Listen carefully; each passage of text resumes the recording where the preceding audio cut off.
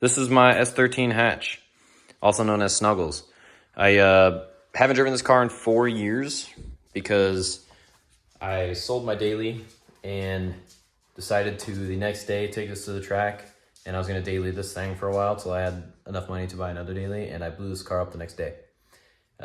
Yeah, that was a dumbass move. Don't do that. But basically, at the last event that I hit, I blew the engine. I lost compression in the fifth cylinder, and then I kind of just set the car aside, had to get a new car. I got a new job, bought this house, and just been kind of going through just getting situated before I was able to actually start building the car. So basically what I did was, once I got the car here, I had the engine out, I threw it on the engine stand and started taking it apart. I slowly was taking it apart, and then recently kind of just started hammering at it and actually working on it a lot. But the pistons in the fifth cylinder was the one I was mainly worried about because I lost compression in that cylinder, right? So I had the piston out, and I noticed the ring was cracked in two pieces. And I was like, well, that kind of blows. And so I thought, oh, okay, I could quickly fix this and just replace the rings as long as the pistons are to the right size. And then I was sitting here messing with the piston, just like looking at it, and I noticed like a small little crack, and then the pieces just started falling off the piston. I literally like shattered the piston. Luckily, it didn't shatter in the engine. I think the oil was actually holding the piston together a bit, because I was just holding it here and it just started falling into pieces. But nothing shattered in the motor, in the block, so everything was okay block-wise. But I still went ahead and took the block to a machine shop, got it honed out, or bored out, 20 thou over. And then I ended up buying forged CP pistons to replace all the pistons. I was still on stock rods, got them polished, got the crankshaft polished, all new bearings, and then stock head. I took the head to another machine shop, different one, and they just decked it, made sure everything was okay, and basically gave it back to me. So yeah, stock head, CP forged pistons, stock rods, stock crank, new bearings, and basically I'm on stock turbo.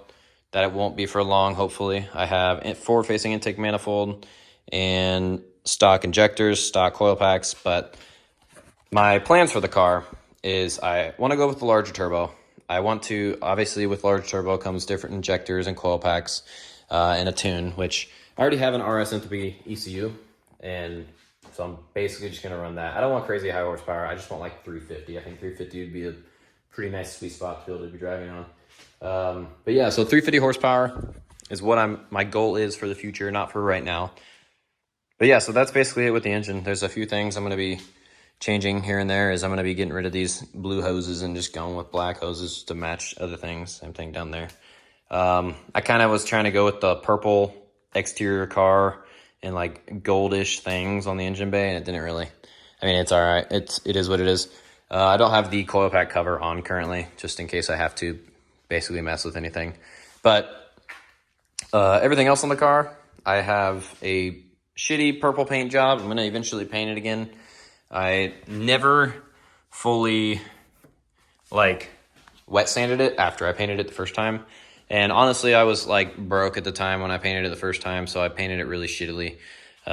There's like a lot of mess ups like down here, and I missed a section on the rear bumper, and there's peeling clear coat here, but I may end up wet sanding it just to make it look a little bit good for the meantime before I repaint it. But I'm going to repaint it purple again. Purple's, I like the color. I think it looks cool. I'm currently on stock brakes. Like, I just have drilled and soldered rotors. I'm going to be buying Z32 brakes. I'm on like Megan coilovers or something like that, but I'm going to go with PBM coilovers. I'm going to change those. I have Villains angle kit, front steering rack wise. I have the PBM like Ford rack spacers or whatever. Rear suspension, same thing with coilovers wise, but I have ISR arms and Megan Racing lower control arms, so all adjustable arms in the rear. I have solid rear subframe bushings, and I have a welded diff. I'm also running the ISR 4-inch blast pipes. But I have Cobra Rep wheels. I do want to get new wheels because I have a lot of corrosion going on the backside of the engine, or backside of the like the lip of the wheel or whatever. But interior wise, I have just a Sparco racing seat, Hydro e-brake, grip royal, steering wheel, just standard stuff. A couple gauges to be able to see my airflow ratio and stuff like that. Yeah, so I mean, I have an angle kit. I have RB25. Hopefully in the future, I will have a different hood, one that is not a stock hood, because this hood does not match the rest of the car. Obviously, it came from a different car, and it's just thrown on there just so if it rains and anything, I can have a hood on there. But yeah, so basically this video is just me showing the car and explaining some things that I want to do to it. And I think it'd be cool to have this footage in the future whenever I'm looking back on how I was being a dumbass whenever I was a little bit younger and decided to try to daily this thing and blew it up, you know, and how I'm going to start kind of fresh again after a few years of not driving. So hopefully the engine lasts me quite a while. I just don't want it to basically play knock-knock jokes on me and start knocking or making any noises that, like, anytime soon. I want to be able to drive the car and get seat time. And I try to do everything right this time. There's a few things here and there that are a little wonky, but is what it is. I mean, hopefully I can actually drive this season. A lot of the events have already happened, like, or not already happened, but are starting to happen. So I don't even have my ECU back to be able to drive it yet. But once I get my ECU back here in a week or two, I will go ahead and make some videos of me driving it around, getting the engine broken in. I'm going to put about 1,500 miles on the engine and then be able to start revving it up a bit more to actually be able to start drifting it. And yeah, but I got all new diff fluid, obviously all new engine and trans fluid. Just everything's going to be a lot more solid this time around, I'm hoping. And now that I can actually kind of keep up with this car and stay in drifting, you know, I miss it a lot.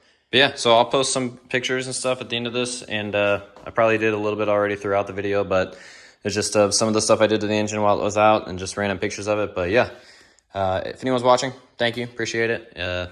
Hopefully I am able to continue doing some of these videos and continue to actually drift this car. I'm super excited.